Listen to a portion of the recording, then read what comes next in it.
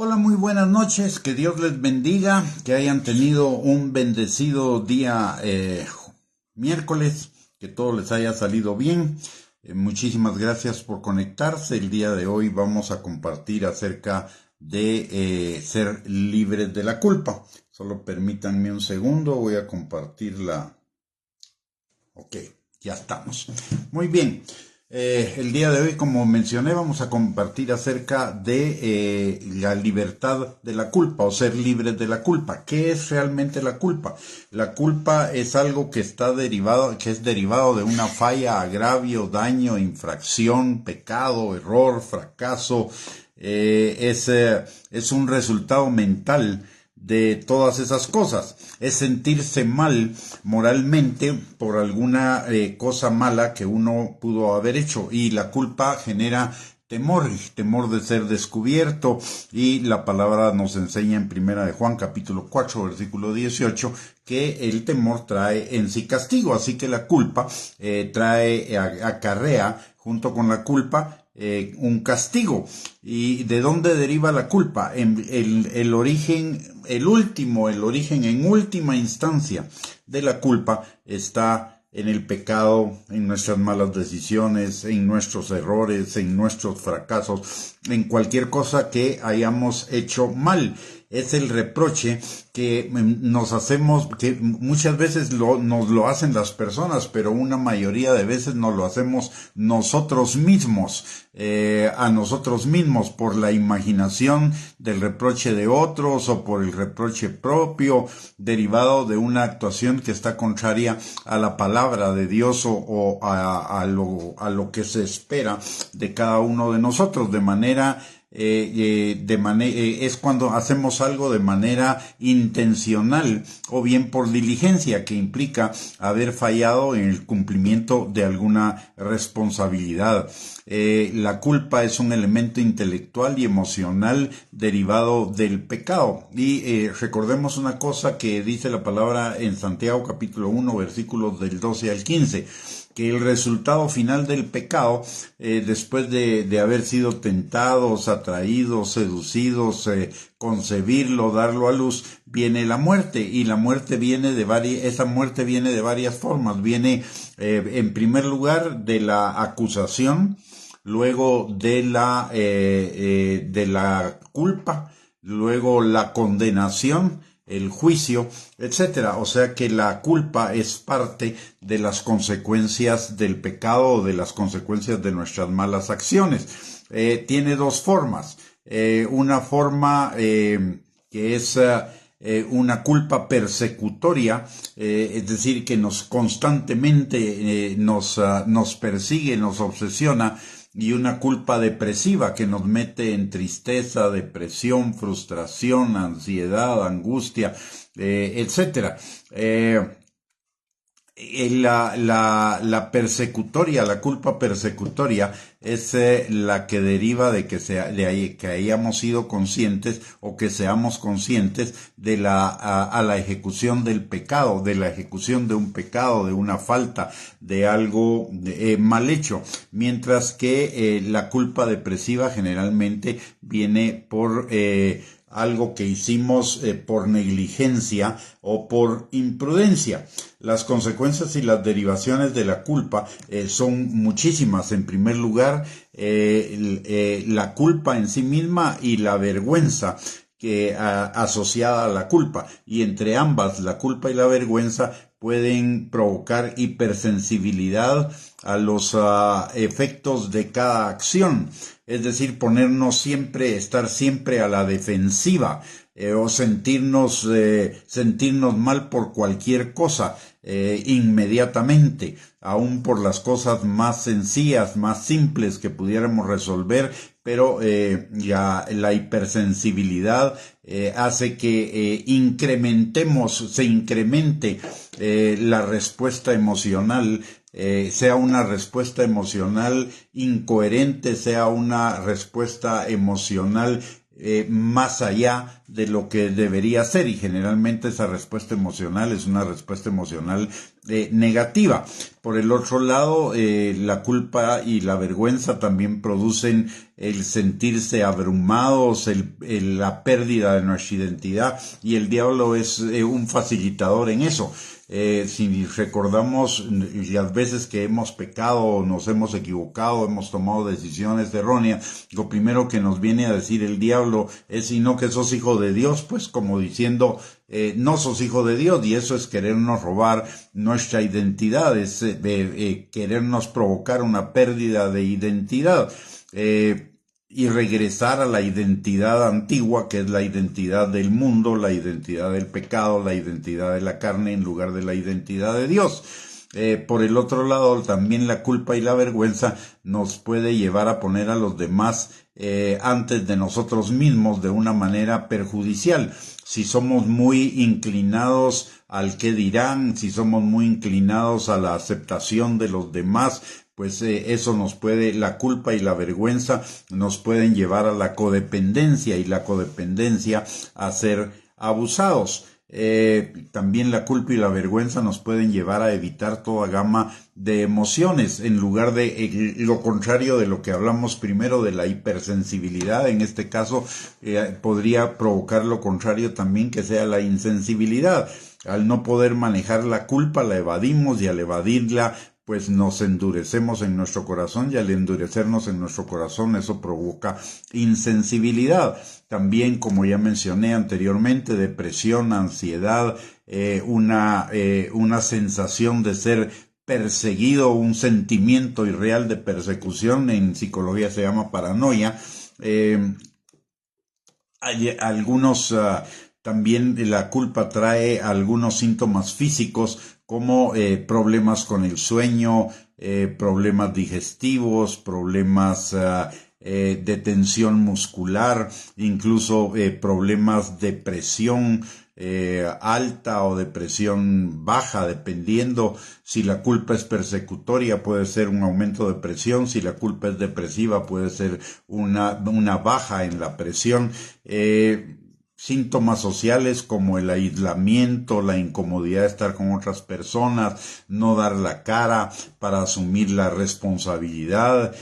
También la culpa trae la autojustificación, pero sin alcanzar la libertad de la culpa. Tarde o temprano regresa. La autojustificación es simplemente poner excusas a lo que hicimos mal, pero eso no quita el haber hecho algo mal. Es simplemente un querer aplacar nuestra conciencia, pero no resuelve el problema. Ninguna excusa, ninguna autojustificación resuelve la esencia del problema. Solo lo tapa. Por ejemplo, alguien que llega tarde a algún lugar y se autojustifica diciendo: es que había mucho tráfico. Pero eso, si no enfrenta el hecho de que necesita cambiar sus horas de salida y ser más responsables y evaluar mejor el tiempo que se va a llevar en llegar a algún lugar, entonces no resolvió el problema, simplemente lo dejó ahí quieto. Y en cuanto a la cuestión de la puntualidad, los guatemaltecos tenemos una autojustificación, ¿verdad?, que no por eso corrige el problema, y es la famosa hora chapina. Al final de cuentas es una mentira, al final de cuentas es una autojustificación, y al final de cuentas no resuelve de ninguna manera el problema. Cuando la culpa es excesiva, se vuelve amargura, y la palabra de Dios nos recuerda en Hebreos capítulo 12, versículo 15, que no permitamos que ninguna raíz de amargura se establezca en nuestro corazón, por dos razones. La primera, porque nos va a impedir alcanzar la gracia de Dios; y en segundo lugar, porque como de la abundancia del corazón habla la boca, la amargura que está en el corazón va a salir por nuestra boca, y eso va a contaminar a otros, y al contaminarlos a otros también les va a impedir alcanzar a ellos la gracia de Dios. Entonces la culpa, si no se soluciona, trae todas estas consecuencias, y dentro de ellas la amargura, que es privarnos de la gracia de Dios. Y al privarnos de la gracia de Dios es que no podemos vivir, experimentar, apreciar, disfrutar de todas las bendiciones de Dios. También la culpa, si no la tratamos, puede provocar obsesiones ansiosas, puede provocar tendencias depresivas, síntomas físicos, como ya lo vimos hace un momento, trastornos de bipolaridad, obsesión con cambios de obsesión a compulsión, pensamientos recurrentes, acciones incontrolables, y la culpa y la depresión se pueden retroalimentar entre sí, formando un remolino de pensamientos negativos y que la persona se salga de control. Ahora, ya vimos todo el daño de la culpa. Ya vimos todos los problemas que pueden derivar de la culpa. Ya vimos también que el origen de la culpa es el pecado. Ahora, la palabra de Dios nos enseña que hay una solución a la culpa. En primer lugar, la palabra de Dios dice que el Señor cargó sobre sí en la cruz del Calvario cada uno de nuestros pecados, de tal manera que Él nos liberó de la culpa del pecado. La palabra de Dios dice en Colosenses capítulo 2, versículos del 13 al 15, que el Señor tomó el acta de los decretos que nos era contraria, la culpa, la acusación, el juicio y la condena, y la clavó en la cruz del Calvario, despojando a todos los principados y potestades de cualquier derecho en contra de nosotros por nuestros pecados. Es decir, el Señor ya pagó el precio de nuestros pecados. Lo que a nosotros nos corresponde hacer es, en primer lugar, acogernos a esa salvación, a esa redención que Cristo pagó para cada uno de nosotros en la cruz del Calvario. Y para recibir esa redención, para recibir esa liberación, esa declaración de inocencia, la palabra de Dios dice que necesitamos creer, porque con el corazón se cree para justicia y con la boca se confiesa para salvación. Pero ¿qué es lo que necesitamos creer?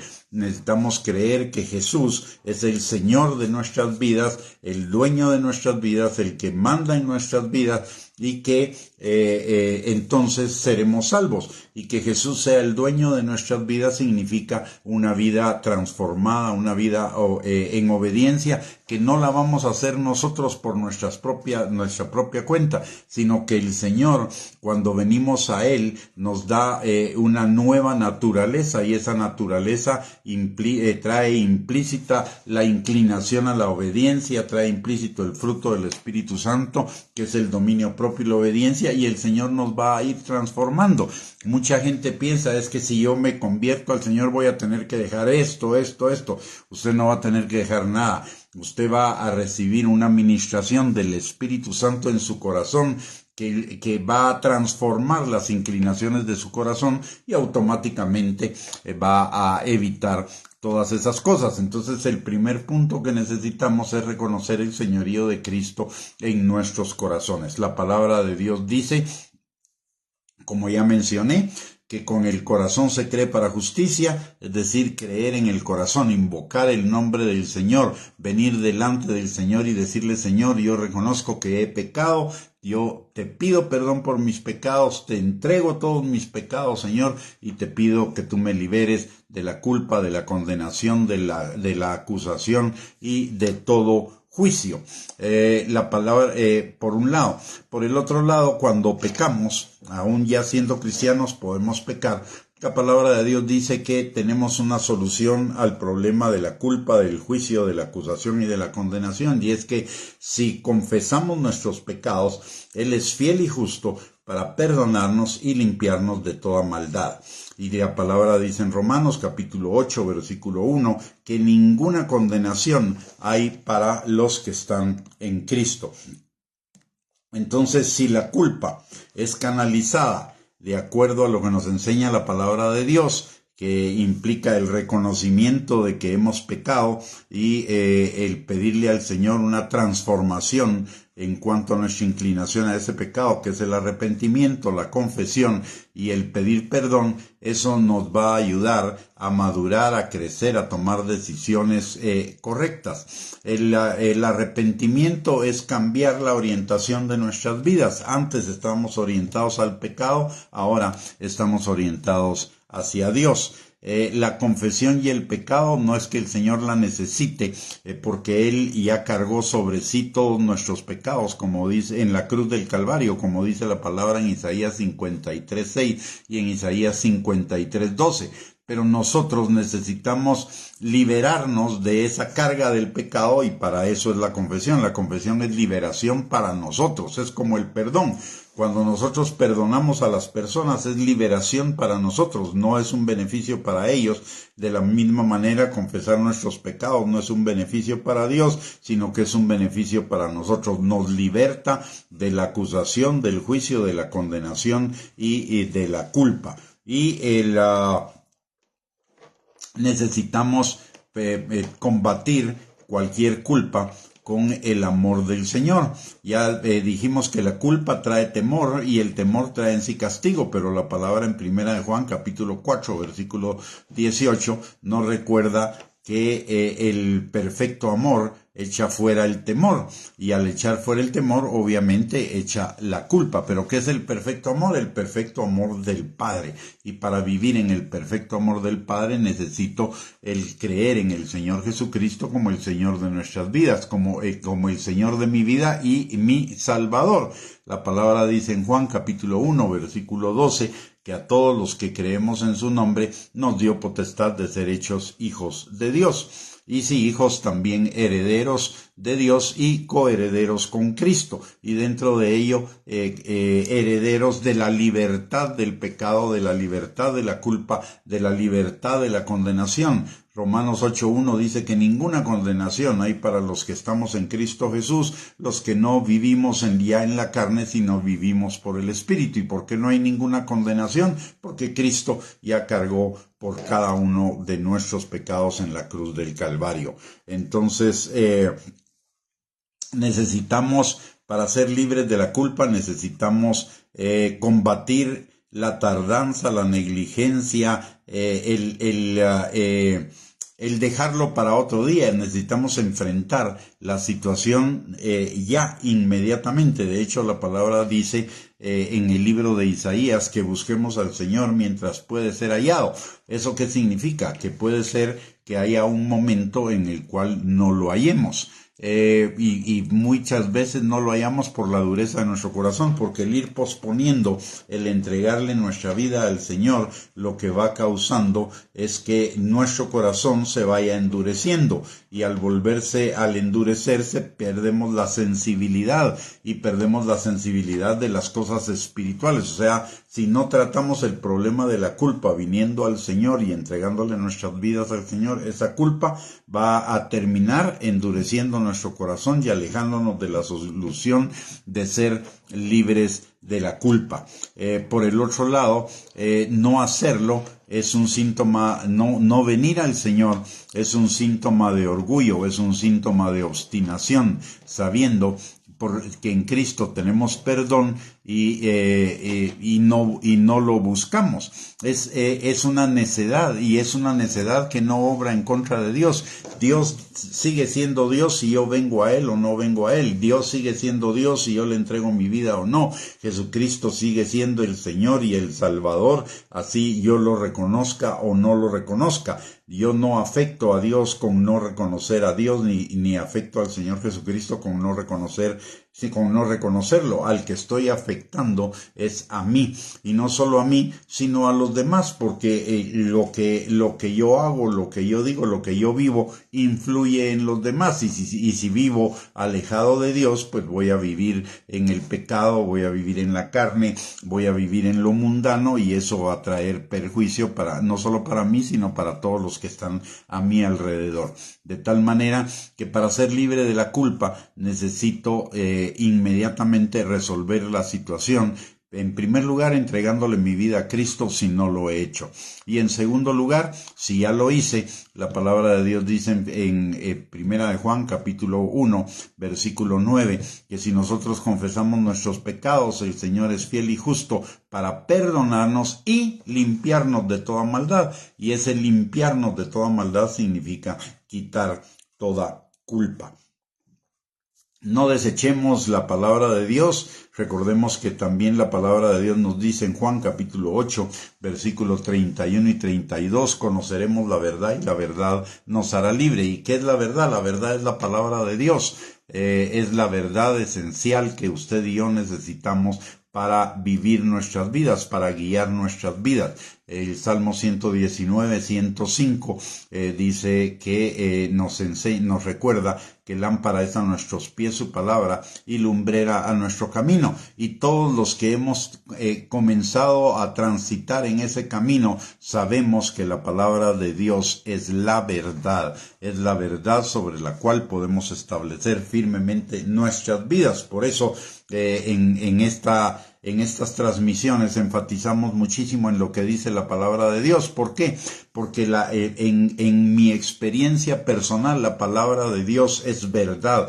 Todo lo que la palabra de Dios dice es verdad. No solamente porque lo dice la palabra, no solamente porque es la palabra de Dios y Dios no puede mentir, sino porque los cristianos la experimentamos en nuestras propias vidas, experimentamos la realidad y la verdad de nuestras propias vidas. Por eso la invitación de hoy es a que nosotros nos cubramos con esa verdad, que vengamos a vivir esa verdad, que vengamos a establecer nuestra vida sobre ese fundamento. La palabra de Dios y Jesús mismo nos enseña que si nosotros creemos la palabra de Dios y la ponemos por obra, es como el hombre que pone su casa sobre un fundamento firme. Podrán venir problemas, dificultades, errores, malas decisiones, fracasos, etcétera, pero permanecerá firme porque está fundada sobre la roca, mientras que el hombre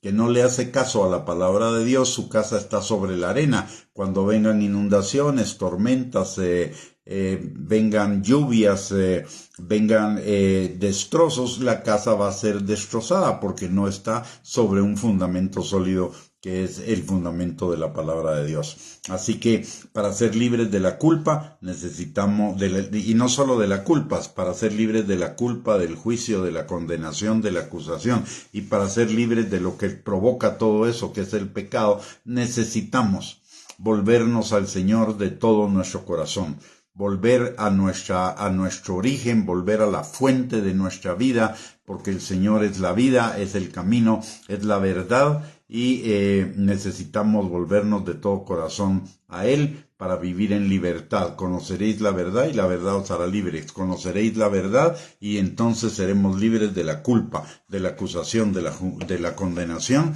y del juicio. Muy bien, mis amados, hemos llegado al final de la enseñanza del día de hoy.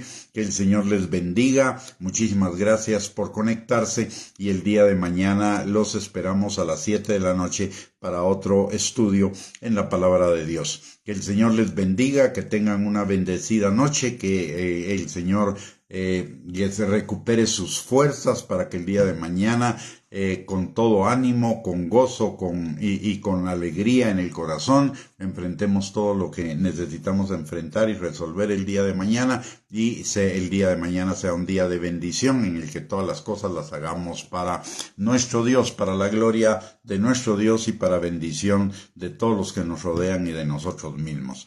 Que tengan una bendecida noche, un abrazo para todos, gracias por conectarse y el día de mañana nos volvemos a juntar por este medio para otro estudio en la palabra. Bendiciones y un abrazo.